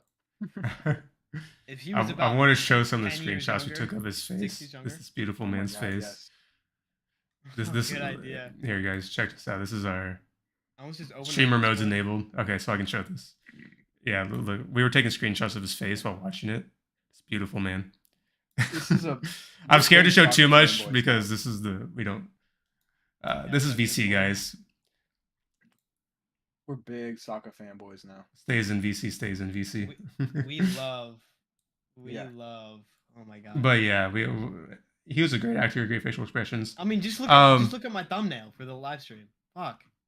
There was highlights in there is one thing though that's really different. Yeah. Is Sokka, like it's very Sokka. Like he did a really good job. Like I feel like a lot of character development in season 1 because they did remove something that was one of his character elements, and actually Matthew's in chat and he brought this up too. Is obvious. He was kind of sexist, right? And part of his character development is learning to appreciate women, because he was raised in like freaking out in the country, where like more traditional, where men do everything. Women don't have rights in the Water Tribe either, apparently, especially Northern Water Tribe. So him learning that women can also be independent and strong was something that was removed. And he does get that in season 1, that progress, especially toward the end with I keep forgetting her name. What's her name? The Moon Lady. I don't. Oh my god, it's like Lue or something. Lue, yeah. Yeah. So in accordance to that, I honestly was very worried when I heard that was something that they'd be taking away from the show. It was something that was at the forefront of my mind going into it. Like, okay, they're making big changes. Sokka's character, I don't know if they're going to be able to come back from that, but I think one of the true highlights of this show is they were able to kind of give Sokka they made their own character development that wasn't involving the sexism, but more his own personal growth and being like satisfied and happy with himself, because you see his journey with his father. I was just gonna bring that up. They changed that from the cartoon. Like in the show, it's a minor spoiler, but Sokka overheard his father saying that he wasn't proud of him. He was disappointed. He was very disappointed in him. Total opposite of the last show. Things he ever heard his father say. So that's something that Sokka has to come to terms with throughout the whole show. You see him like self-doubt, but you see his perseverance shine through. And I think that this development and this change in Sokka's character totally more than makes up for his development. I really think coming to appreciate women, because he kind of just appreciates women from the start, but he has a very personal journey throughout it. I think that adds a lot more depth to Sokka's character, like, which we don't see in the cartoon. And he gets that appreciation like right away when like he sees Zuki destroy all the watermelons with like her fan. You know? He's like, oh yeah, exactly. and he just decided to do something different with his character. So the sexism was still there, but they toned it down. Yeah, and they actually replaced it with something that I didn't like at first, but it somehow it worked. Which back to the Suki with the watermelon thing, he pushed her away because of that in that moment. He did, yeah. Neat. I thought that was kind of a neat moment. I do gotta say, I think this also only worked well because of this actor. I think if anyone else did it, it would have been way worse. That's like this man is very good at acting. He's an extraordinary actor. Like there was a point. The one, like him and Ozai are the two characters that I think are like it couldn't get any better. Like this is a dream cast. Yeah, they were made for this role type. I 100% agree, and that's exactly what I said when we saw the first casting. Like, bro looks like Sokka. He just looks. He really does. Like the physical rendition of Sokka. It's kind of wild. Yeah, it's there was a point like in the show like we were only looking forward to seeing this guy because like we were so sick of like how they handled all the other characters. And Sokka's like the only last hope in this show. every time Sokka was on screen, we were just cheering, clapping. Yeah. Just taking screenshots of him. Yeah, exactly. Now, I think moving on. we should go. Do we want to do his brother? Her sister. His sister. I think we should do. I think we should go Zuko, then Iroh, and then leave Katara and Aang for last. Okay. Yeah, let's do that. I'm fine with that. Because I feel like we're gonna have. All right. We'll do Zuko. Let's do Zuko. I'm gonna put Zuko in A tier. I feel really good about it. What do you guys have to say? I do agree. I don't have any complaints with that. I want to put him in A tier as well. I would say is put him in S tier, but I think there's more time to do that. I think Zuko, his actor did a good job with the character. I think he's a little bit different from the show. I like the twist Zuko from the cartoon is perfect, and I kind of wish we got that Zuko, but I do think that this guy, the only thing he made his own Zuko. He had a bit of a different personality. He was sassy, but attitude, I guess I should say. I kind of like sassy Zuko. It's kind of funny. He's sassy. He's sassy, but he's still mean. He's still like hurt. He's a teenager. He's still angsty. He's still a teenager. Yeah. He's still powerful. A big one. He's still. I like. He does a good job acting as well. Gabe, I like what you said about. I wish we got the Zuko from the cartoon, but at the same time, I'm glad we didn't, and I'm glad we have a different twist on the character. I'm glad too, because it makes me excited for future seasons. Yeah, because I think this guy has extremely high potential to play a great Zuko, and I agree. He looks a lot like him too. He does. My biggest complaint is they didn't show him cutting off his top knot. Well, that happens in season 2 anyway, right? Oh, does it? I thought that was like at the very end of season 1. Okay. No, it happens in season 2. Like first, second episode of season 2. Never mind. Then I don't have a very big complaint. It's just I'm gonna put him at the top of my A tier. Yeah, he's the top because it goes Zuko. Yeah, same here. Gyatso and Suki. He did a good job. He was a little different, but he made it work with his own Zuko. I feel like the only reason why he's not S for me is because I think. Like I could almost like see the actor discovering his Zuko character throughout the episodes. Yeah, like he got better as the show went on. Yeah, I agree. He did get better as the show went on. By the end of the last episode, he was definitely killing it. Yeah, and what I really like about the actor is you can tell he loves the character. Like he really enjoys playing this character. He does. And that's something I really, really, really like to see. Like there wasn't a lot of other characters I could really feel that in. You know, but he was one of them. He was probably the number one that I felt like he really loved the character that he was playing, and I love. Definitely put his all into the character for sure. I agree. I totally agree. Now, alrighty, Uncle Iroh. So, are we gonna have vastly different opinions on this? Just a little bit of preface. William is a massive Iroh fan from the cartoon. So, William, I think I'm gonna. And I just rewatching season 2. Aaron and I rewatched season 2. And there's a lot of Iroh in this. So it's fresh in my mind how Iroh is in the cartoon and in the show. William grew up a massive Iroh fan. So, William, I want you to take... I'm in the team because of this man. Take the reins, William. Take the reins. So I personally don't like the Iroh in the live action. I don't know if it's part of the writing, but I also don't think the actor did a good job playing Iroh. Because Iroh in the show, he's like Lao Tzu to me. Like the guy wrote Tao Te Ching. I think he quotes that book a lot in the cartoon, and that's like his embodiment. He's like what is like people will say with Iroh, like he's like the true idea of masculinity. He's humble. What's the word? stoic. He's not as scared to be. He's stoic, but he's also not scared to be embarrassed. That's a big thing with him. He's not scared to be embarrassed, but he's also not a pushover. He's a badass, and he says what's on his mind. He does what's right. Like for example, with Zhao, he doesn't care. Like he didn't think about what Fire Lord Ozi was going to think. He attacked him anyway because he's like, you can't mess with the spirit world. Right. Yeah. So Matthew kind of put what I was trying to say in words. He has humility. But in the show, I don't get any of that from him, or in the live action, I don't get any of that from him. He doesn't feel as present. Because in the cartoon, like you hear him talk, you want to listen to him. And when he has something to say, it's like something worth listening to. He always has like the best thing to say. In this cartoon or in the live action, it's not like that at all. He rarely has anything. Well, he does sometimes, but it's like 50-50. And I'm having a hard time really liking him.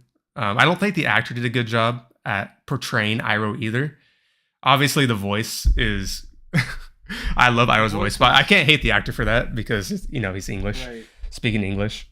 But Iroh's kind of a pushover in this show. I don't know if that's part of like the writing too, but he doesn't have like that superiority there.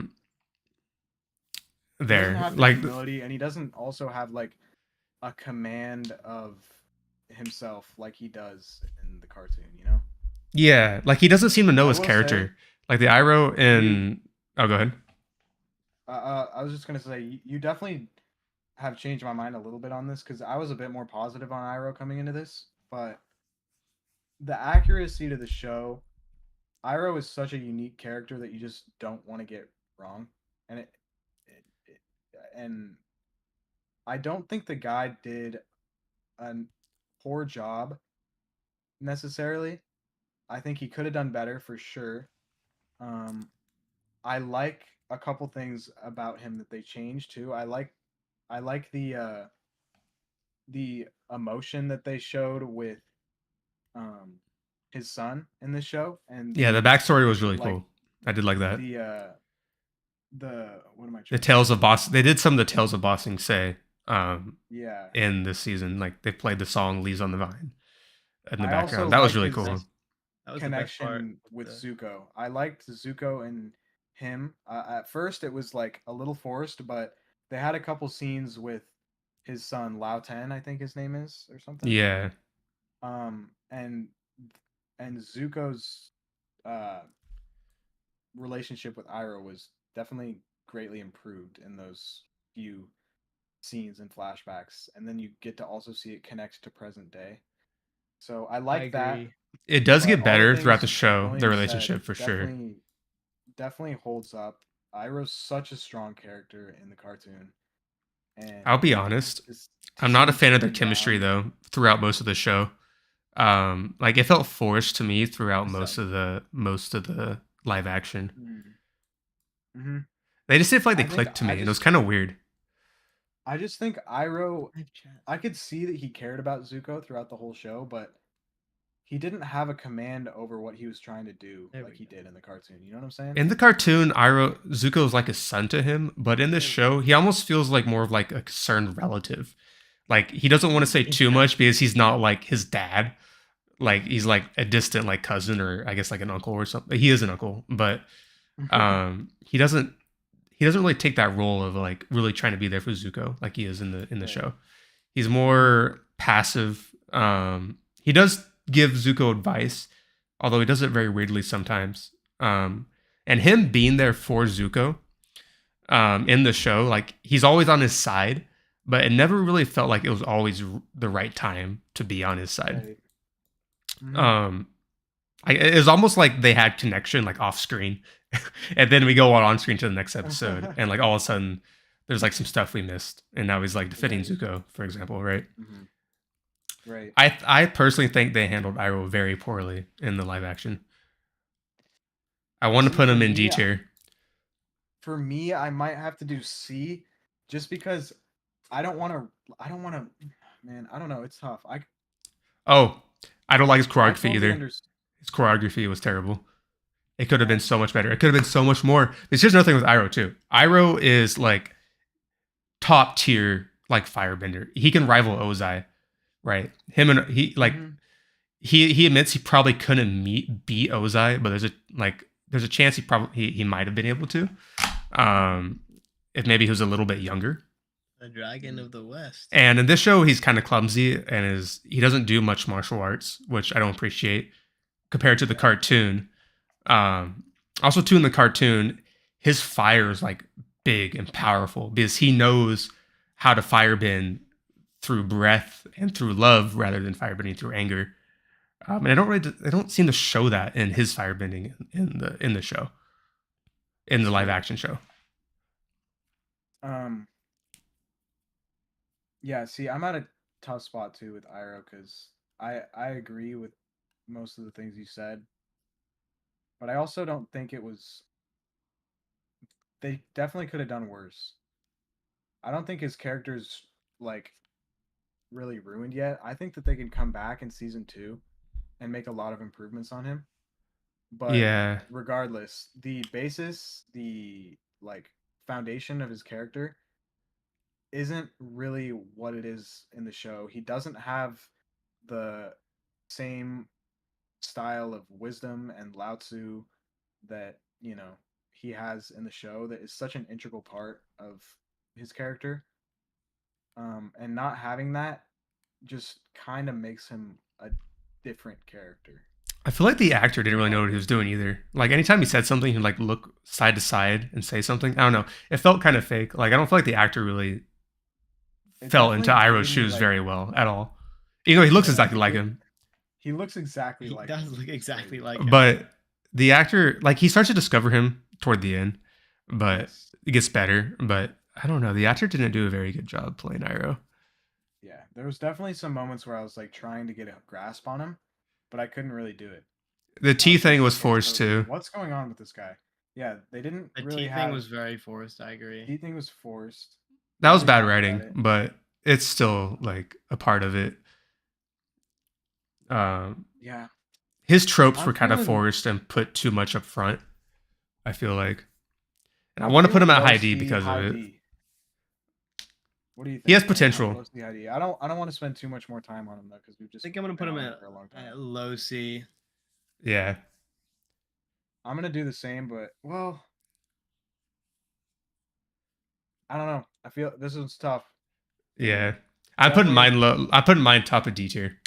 That's where I'm putting mine. Yeah, that is a totally fair placement. I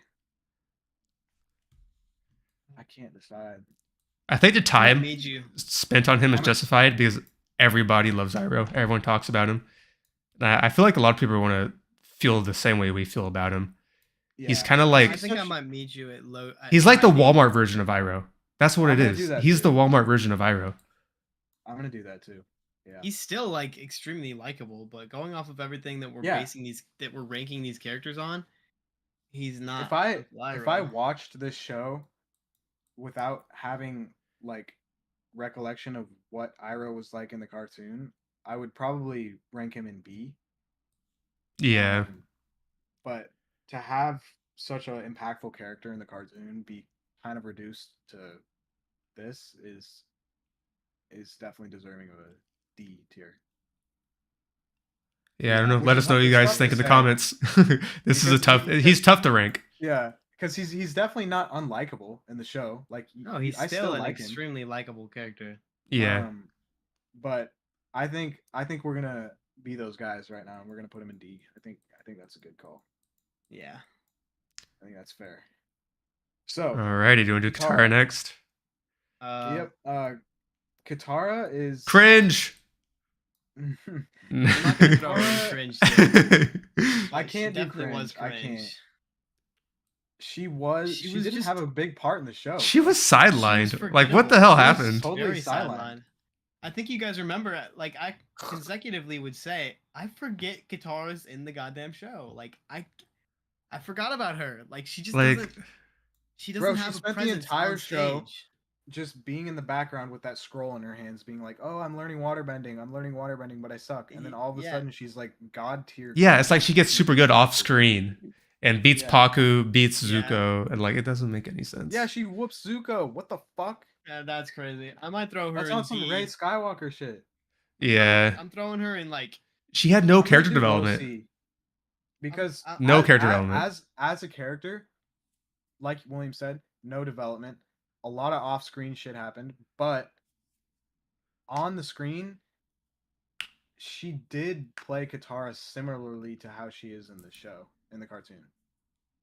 She wasn't. I would disagree, actually, really? Because in the cartoon, she's more well, I disagree partially because she doesn't put up with bullshit. I would say, like when she finds out Jet's bad, she puts Jet in his place with Poku. She goes out and confronts Poku, but she's submissive in a lot of other areas with her character, which I found kind of weird. Like, for example, her relationship with Sokka. She's very kind of submissive to Sokka. They're really in the live action relationship with Sokka, to be honest. Where, yeah, and it's almost like they didn't feel like brother and sister. Where in the cartoon, you know, they're brother and sister. Katara doesn't put up with Sokka's bullshit, and she calls him out and stuff all the time. There was that one scene where she like really fucked with Sokka when they were like arguing in that cave, and she was like, "You're not dad." You're right. Type shit. Like, yeah, they had their fair share of that sort of thing. That was crazy. Kinda circles back I just think that draws back to her being like very forgettable. I agree. Yeah, she's very forgettable. I was gonna say I'm either putting her in low C or I'm putting her in D, directly like above or below Iroh. So like she had no character development, which is kind of blowing me away still. No, I think I'm gonna throw her in low C because, you know, she played Katara better than Iroh played Iroh, and I think that's gonna leave room for something to happen in the second season. I guess you're right. Yeah. Though that room may be very little. She got a real Here's the thing. Nice dose of Rey Skywalker syndrome. Yeah, her character. She didn't have very good choreography either. Like the stuff that was good was carried by the effects. I'd have to agree with that one. And I'm having a hard time because like season 2, Katara's like hardcore badass. Like you could argue that she's like the most powerful on the team, besides like Aang and Avatar State. But she's taken on like legions of soldiers at the end of the season 2, like by herself. She beats Azula by herself and beats her. And I'm having a hard time imagining this Katara doing that. I know there's time for her to develop in season 2, but it's really hard seeing her do this. Eddie says she's cooking. Wait till next season. Yeah, let's let her cook in the shadows. Guys, I want to do something. I might be crazy, but I want to put her in the middle of D tier. I don't think I can do that. I'm not feeling her character at all. I can't. I'm not feeling her character. I'm throwing her in low C. Guys, just to interject, this is the part of the show where shit's gonna go down. Like it's going down right now. Like your favorite character is gonna be on the bottom of the list. That's what I'm saying.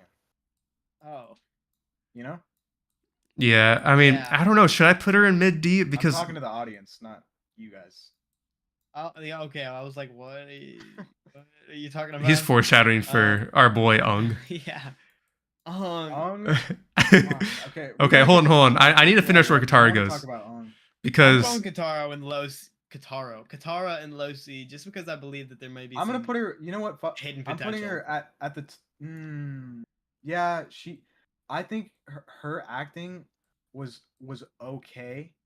I think that her writing was subpar. Thanks, Eddie. I just think that she played Katara a little bit better than Iroh played Iroh. You're right. So I'm gonna put her at the bottom of C tier then.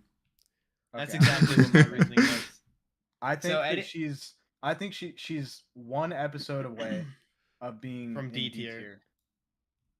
Yeah. But I think she's 3 episodes away from being in B tier. In B tier, I agree. Like I think she can rise up, but like she's bordering on D tier right now. Yeah, she was like she was teetering on that edge of C, B, and D throughout the whole show, and then those last kind of 2 episodes just kind of pushed her down further and further to the bottom. She just didn't have like it's just like her development happened off screen. Like, it's really weird. She's such a strong-willed character in the cartoon, and to see her reduced to this is just kind of like. I'm actually throwing her in D tier. We're just doing the Rey Skywalker thing. She's D tier for me. D tier too. Yeah. The more I think about it, the less I like her. Because what they do with these titles these days, Star Wars, Last Airbender, all these big name titles, they just skip development and they just give her the Rey Skywalker. Call it good. She's the Mary Sue vibe. Strong. Like the Rey Skywalker treatment's got to be my least favorite treatment. Like in all of it honestly ruined cinema and all of cartoon, comic media. There's no reason for there's like you said, there's no development, and there's no reason for her to be as good as she is, unless if it happened off screen. Which they should show you that. You just can just like, oh, you just got to accept that she's better than everybody now after one episode. Yeah, I might throw her in top. I'm throwing her atop of D tier as well. Eddie says, I like this tier list thing. Hope you do more for shows and movies. Yeah, dude. Oh, Eddie, definitely will be. I don't know about you guys, but I'm having so much fun. Me too. I'm having such a blast. My stream crashed twice, but it's okay. Oh, fuck. Yeah. So here's the defining moment. Our boy. All right. I think I'm gonna come out and say, speak for all of us when I say we weren't really the biggest. Garbage. Which makes me really sad. Yeah. He started out good. That I would say. To see the most. I also agree he started out well, but I think I don't know if he did. He had a slow decline where I was kind of like, wait, are they gonna do anything with this character, or are they just gonna continue to make him mope and around and cry about? He's way too serious. Unlikable. Let me throw out there. The Aang in the cartoon is so likable, so carefree. He's a kid. Guys, he's happy. He understands his responsibilities. He's very wise for being a kid too. He's very wise, and he doesn't let his responsibilities weigh him down and make him mopey, crying. In the live action, whines in every episode about his responsibility and how he's not good enough and type shit. Yeah, every single episode he was saying, "I'm the Avatar. I let all these people down." Like that was his number one line. You said it, but you mimicked it perfectly. You had the accent so good. Yeah. I let all these people down. Like, shut doesn't even sound like Aang. Fuck. I remember this moment, this pivotal moment. In the very last episode, spoilers, by the way, but in the very last episode when everything is okay, they won that battle, he saved the day with the ocean spirit, he's standing there looking over the water kingdom, and he's like, I let them down. This was my fault. It's like, bro! It was so cringe. You just did everything you could. You sacrificed yourself for the ocean spirit. That's more than enough for the Avatar to do. And you say, I let these people down. Like, shut up! 8 episodes of him saying I let these people down. He's just going to say it again at the end. This is where they really ruined his character, too. When he... go ahead, Jim. 1 second. I want to say that the kid himself is not a bad actor. When he had his happy scenes, I could see him being a good Aang. But I actually think the kid was a great actor. I think it was I think it was the script, because the people that directed the show purposely did this. They said they wanted Aang to be more serious and more goal driven. Like it. Yeah. And that was one of the dumbest decisions in this show. That's a show change right there. That changed the whole course of the show. And I think they forced the actor to act away. I think this actor would have done a much better job playing the Aang from the TV show. And they kind of put him, I think, in an uncomfortable position, having to play a more serious 12-year-old. Like, agreed. As a good actor, he did a great job playing a mopey Aang. It's just an Aang that I fucking didn't want to see. Like, it was just uncomfortable. It was uncomfortable. It was a new character. Have you guys seen like interviews with this actor? Yeah, he's energetic. He acts exactly like Aang, like in real life. Like he's the perfect Aang. Yeah. That's why I say and agree with you, William, when I say he's an incredible actor, and he played an incredible mopey kid. That's just not Aang. He played Aang. He played Aang. We now have versions of this character. We have Aang and Aang. Yeah. And this is, I just didn't like it. Like, every time I saw him, in the show, he was either saying some monologue about how he doesn't want to be the Avatar. He was attempting a one-liner that just didn't work, or he was being mopey, and it just wasn't a monologue. He was just saying, "I let these people down," and that's it. I let these people down. He said that so much. This is something that really I hated with the writing too. When he came out, like this is when they totally like destroyed his character for me. Is when he got done talking to Kuruk, Avatar, the water guy. Yeah, Kuruk, yeah. Kuruk. Remember when Katara is complaining about like, oh, they won't let me fight, and for no reason. There was no reason for this. It's out of nowhere, completely random and totally out of character. He's like, you know what? You should listen to him. When she said that she can't waterbend. So people haven't seen the show. Basically, Katara is in the point where she's not allowed to waterbend. This is before she confronts Poku and fights him to gain the right to waterbend. Aang tells her to listen to Poku and her healer teacher to just do what they say in a very rude way. What? It's totally out of character. I think that was even out of character for the live action. That was really weird. Am I gonna be crazy by putting him in cringe? No, he's cringe. I'm putting him at the top of cringe. He's far worse than Avatar. I mean, Katara. He is. Yeah. He is. Like, guys, I want to preface this one more time. This kid could play a fantastic Aang from the show. The kid is an incredible actor. We've all seen interviews of him in the few moments in the show where he is happy and smiling and ecstatic. Like is super believable and fun. But I liked the kid on Kyoshi Island. That's simply not the character that they wrote into this show. Yeah. Which honestly sucks because it changes the entire show, obviously. It came to a moment. It came to the point where I was like, every time Aang was on screen, it was kind of the opposite of when Sokka was on screen. I just couldn't wait for him to get off. I couldn't wait. I totally agree. So boring. It was fucking horrible. And it's not the actor's fault either. It's like it's just purely the director's and the writer's fault. Yeah, we can't stress. They were on crack or something writing Aang. I don't know. ChatGPT wrote him. That's what I think. I don't know whose bright idea it was to change the main character and make him a sad, mopey little young boy. Well, did you hear what they said? They were like, we want to make it the more mature and make it like Game of Thrones. But here's the thing. The cartoon is far more mature than this show. Yeah, plus, I agree. Avatar The Last Airbender wouldn't be Avatar The Last Airbender without the happy, like spirit of Aang that shows you, like, no matter what the odds are, you can retain this level of, like, optimism. He's an optimistic kid at the end of the day. We don't need Katara around every bend to say, no, Aang, don't think that. Like, it's great to an extent in the show. It was way overdone. It's critical to their development as in their relationship, but it's just, we don't need that around every bend. Like, it felt like every moment Aang and Katara were on screen, it was her just doing that to him, consoling him. And that was it.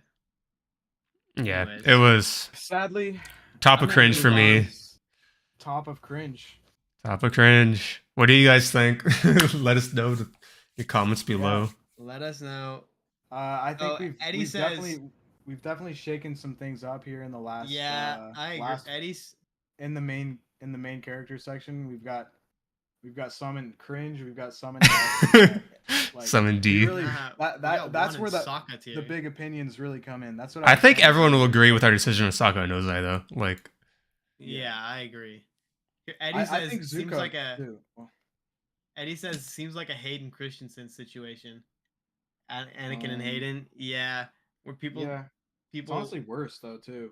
Yeah, it's worse than Hayden Christensen situation, to be honest. Because looking back, Hayden Christensen. Yeah, I adore his acting in that. And looking back, like, I think that's such I'm talking about. I don't know if Eddie's referring to the new Disney Star Wars Hayden Christensen or the other, but yeah, I fucking love Hayden Christensen. Everything. Me too. He turns it into gold. Hayden Christensen's an incredible person, incredible actor, but he got such unregulated hate, and I really hope that doesn't happen with this character or this actor, this child actor. You know what this is?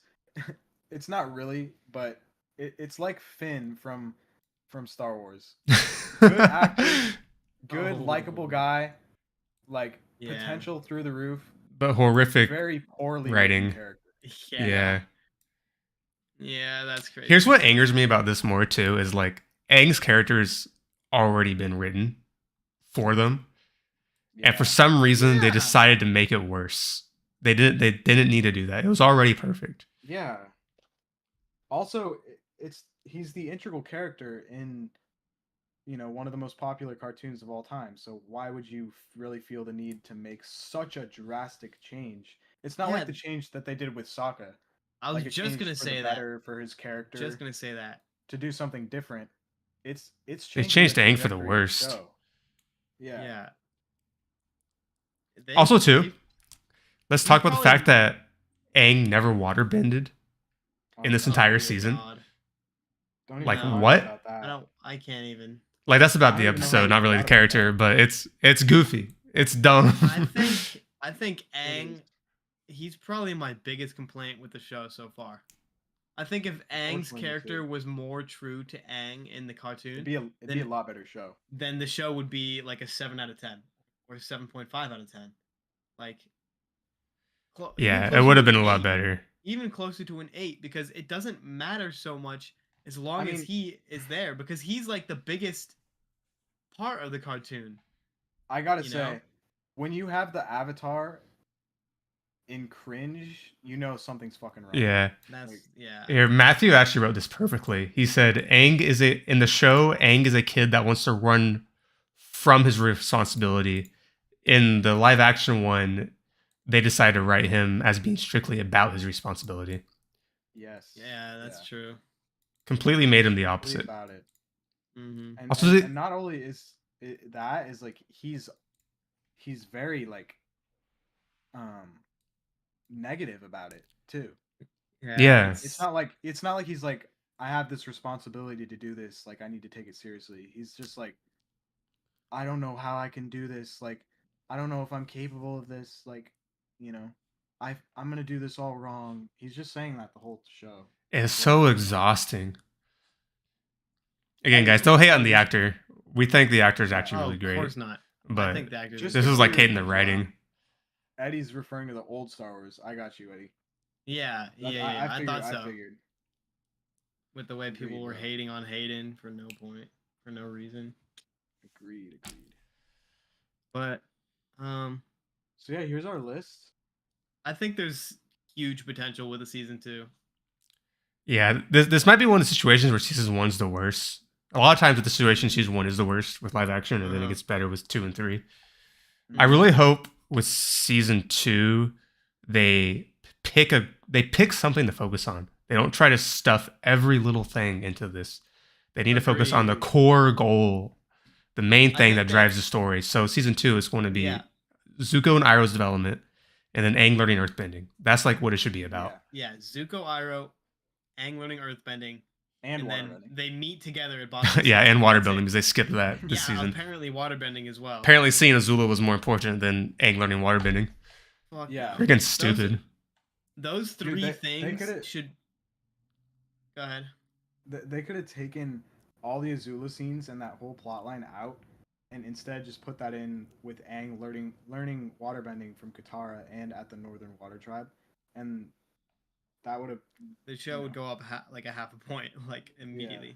You know what's really sad about this is they have the most perfect cast. Somehow they found people, like, they all look like the people in the cartoon, which is super impressive. They all have a lot of them I think are actually like some form of like martial artists as well.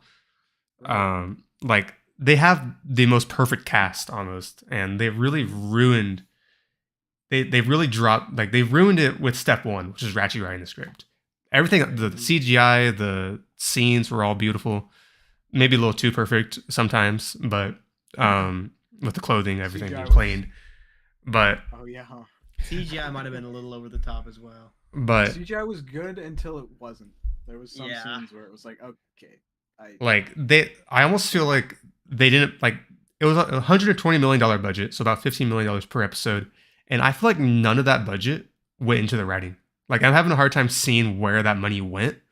obviously went into a lot of it with CGI, but like almost none of it went into the writing. I feel like it's like I told when we were watching this, I was like saying I felt like ChatGPT wrote the script. Like it's that bad. We were also saying that our theory is that the budget went into all the washing machines to keep all their clothes clean. Yeah, all spotless throughout the entire. Way too clean too. The clothing was perfect, but it needed to be dirty. Everything was way too clean. Yeah, it definitely took me out. I don't know about you guys, but for the first few episodes, I was like, this is taking me out of it. Like, why the fuck do they just look like they got hair's perfect, clothes are perfectly clean, just deep cleaned all their garments of clothing? Yeah, like if someone would fall over and get dirty, then the next scene they'd be clean. It was very weird. Yeah. Or they just had like 3 million just different versions of the same outfit. Like that's where the budget went to the seamstress building all these outfits for them. It's really I feel like a lot of budget too went into maybe paying the directors and like the actors and stuff. Yeah.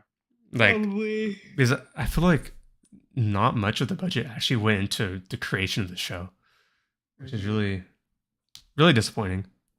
Mm-hmm. I think there's huge potential with season 2, and I agree, William. I think the number one focus should be simultaneously Zuko and Iroh, and then Aang learning earthbending, and then they meet in the middle at Ba Sing Se. And I think that's that's how you do it. I think that's really all they should do. Season 3 is gonna have to be really good for this show to come back. Yeah. Yeah. There's a lot of potential though, I'd say, at the end of the day. I'd say they haven't totally fucked it up. No, and there's a chance. I think they need to learn a lot from what fans are saying, primarily about Aang. They need to change Aang fucking fast, or else I'm gonna be done. They need to change Aang fast, or the show will continuously get worse and worse, no matter how good the story writing is. Just because Aang is the story, you know what I mean? Guys, if Aang was very similar to Aang from the cartoon, I would so much better. A lot more. That's what I said. Yeah, more. That's exactly what I said. I said it would have probably gone up to an 8 out of 10. Here's the thing: the directors did this. They literally like pride themselves on making this change. They were like, yeah, the cartoon is just made for kids, you know. So I wanted to make it more mature for like a Game of Thrones audience, and it was a very irritating thing to hear because after watching this show, the cartoon is simultaneously more fun and more mature than this live action by far. Watching season 2, you and I watching season 2 recently. This is not just a kids show, bruh. Like, I'm gonna be watching this shit when I'm in my mid-60s and 70s. Do you know what I mean? Yeah. Like, it is not just a kids show. The directors, I don't know what they were saying. A little biased, I think. A little too... Because there's that attitude out there, you know, with people that's like, oh, well, it's a cartoon, so it's made for kids. I feel like that has something to play with it. Oh, yeah. This idea that, like, live action is, like, the peak and something isn't as good just because it's a cartoon. Right. Which, unfortunately, is a little more common of a mentality than I would like to see. Mm-hmm. Honestly, I think in general, the animes don't really lend themselves to become live action adaptations. Like, time and time again, we've been shown. For the most part, it's like, why do I need to see this live action? Like, it's kind of going to take away from the mysticism and the fantasy of an anime. Well, what sucks about it is the potential is always there because, like, this is a great story, but the directors always want to like change it and make it their own, and they always do it in a terrible way. Right. I think they take out what made it good. Also, there's the line that you have to walk to between trying to make it not corny and tacky, having it be, you know, a cartoon with, you know, fire bending and water bending and all these crazy different outfits and like shit. Like, you don't want to make it corny. It's easy to make it look tacky and corny. Mm-hmm. You know? Yeah. Like, just with anime in general, you know, you have characters with like pink hair and that's some of the things they should change in live action that the directors should be comfortable changing is making it feel like real life. And that's like the issue. It's like they focus too much on changing the story and then keeping all the other stuff the same as the cartoon when it should be backwards. Right. I feel like they should focus on the core story because that's what's good. You don't need to make anything special. This is not your show. This is, you know, what someone else wrote. Your job is to reimagine this in live action so people can re-experience it, and because it's cool. I wanted to re-experience this in live action, but they always want to like ruin it for some reason and add their own tropes to the storytelling, like the core of the storytelling. If they did the side stuff, it'd be okay, but they like would modify the core of the storytelling, and it just ruins everything. Sorry, this went into a little more of a review of the show and not the actors. Yeah.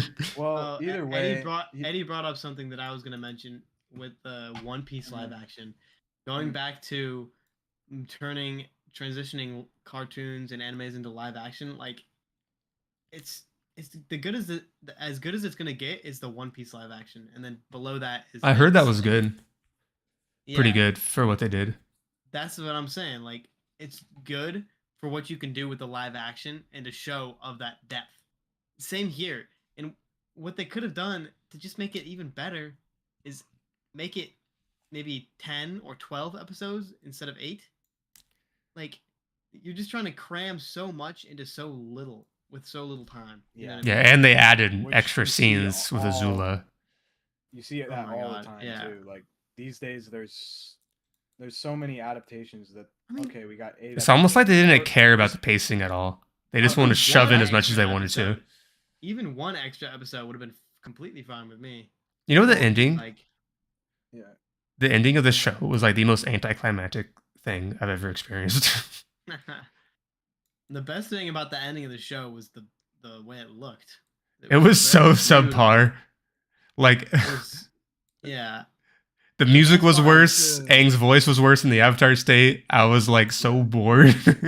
The best part about the ending was the way the ocean spirit looked. I think it looked badass, and I liked. It looked like Godzilla. That's what it looked like. Yeah, I like the coloring. Anyways, in the dark blue with the light blue. It's cool. But I like Zuko versus Zhao too.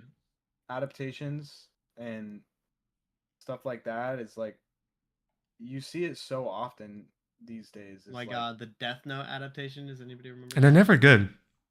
No, like the potential is always there. Like with all these like Disney Plus shows, for example, all the adaptations of these cartoons and books and stuff, they always cut themselves short. They like with the Obi-Wan show, 8 episodes. There's simply not enough time in 8 episodes to tell a story that is worth telling. Yeah, it's like it might as well just be a movie. It might as well just be a movie. Percy Jackson had 8 episodes as well. Eddie, I think a Naruto live action is already confirmed. I think that is actually happening. So you're right. Oh that's god, kind of fucking crazy. They're going to cramp in so much. That's gonna be crazy. So much filler in that show.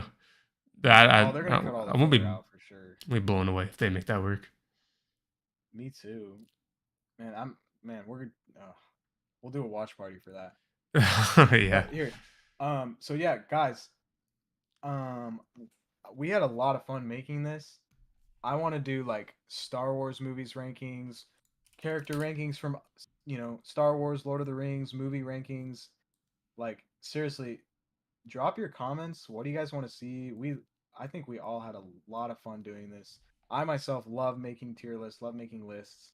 So we could all talk about this stuff for ages. And I think, and of course, let us know what you think in the comments below. Do you agree, disagree? Where would you rank the characters, If you've made it this far, thank you. This ended up being a much longer video than we actually expected, probably. Yeah, we talked about Avatar The Last Airbender for 2 hours. It was like, oh, it's going to be a 30-minute video before we started this. It ended up being 2 hours long. Now we know we can fill up a 2-hour-long stream with any one of these tier lists. Yeah. Eddie, I'd have to agree, but Percy Jackson was just kind of underwhelming, considering how good the book was. That's a story for... Yeah. Eddie says, I thought Percy Jackson was good. Obi-Wan had too much focus on Leia and Reva. That is 100% true. Okay. I can't even get into it. Yeah, we gotta save that for another episode. But yeah, I do agree Percy Jackson was good, just underwhelming. So, honestly, guys, thank you so much for watching. You guys good to call it here? Yeah, I am. Yeah, I am. All right, sweet. Yeah. Thank you guys. Like William said, leave a comment, like, subscribe. Please. Tell us what you think of our ranking. Where would you put these characters? I'm very curious to see what people would put these characters. We've got some controversial opinions. So yeah, appreciate you guys. Anything else you guys want to say? No, that's it. Thank you for watching. If you like us, you know what to do, how to follow and everything. See you guys in the next one. Goodbye.